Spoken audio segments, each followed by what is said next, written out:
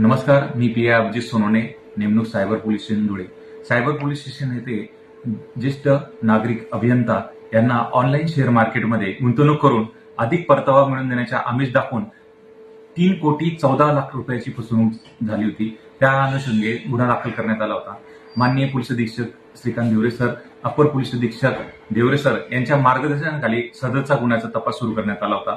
सदर गुन्ह्यामध्ये फिर्यादींना online Facebook, Instagram, टेलिग्रामद्वारे बळी लिंक पाठवण्यात येते. त्या अनुषंगाने फिर्यादी हे बळी पडले आणि त्यांनी त्यात इन्व्हेस्टमेंट केली. इन्व्हेस्टमेंट केल्यानंतर त्याचा आम्ही तपास सुरू केला की त्यांच्या अकाउंटद्वारे कुठे कुठे पैसे गेले होते. ते आम्ही सदरचे अकाउंट फ्रीज करण्यात आले. फ्रीज केल्यानंतर माननीय कोर्टाच्या आदेशाने आम्ही तात्काळ त्याची दखल घेऊन 3 कोटीमधील 1,19,00,000 रुपये फिर्यादी यांना तात्काळ मिळवून देण्यात आलेले आहे. जवळपास सायबर पोलीस स्टेशनकडनं 1,50,00,000पर्यंतची रक्कम या महिन्यात मिळवून देण्यात आली आहे. सायबर पोलीस स्टेशनकडनं आपणास आव्हान करण्यात येते की शेअर मार्केट संबंधाने कोणतेही आपण जर इन्व्हेस्टमेंट करत असाल तर सेबी पुरस्कृत रजिस्टर्ड ब्रोकरद्वारे डीमॅट अकाउंट आपण गुंतवणूक करा.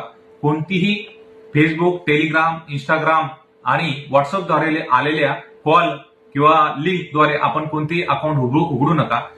तुम्हाला एक लिंक पाठवण्यात येते आणि एका ऍपमध्ये आपलं अकाउंट उघडण्यास सांगण्यात येते.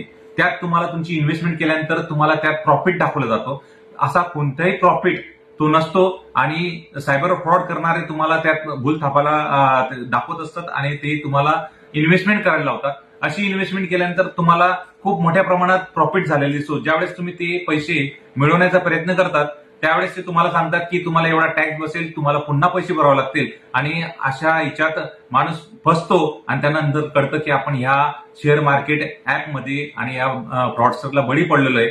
तरी आपणास आव्हान करण्यात येते की आपण कोणत्याही प्रकारे अशी गुंतवणूक करू नका की जी फेसबुकद्वारे, व्हॉट्सअपद्वारे, टेलिग्रामद्वारे अशा सोशल मीडियाद्वारे आपल्याला ज्या लिंक येतात त्या आपण डाउनलोड करू नका आणि अशी कोणत्याही प्रकारची गुंतवणूक करू नका. शेअर मार्केट हे ऑथराईज ब्रोकरकडनंच आपण ओपन करावं असे आपणास आवाहन करण्यात येत आहे.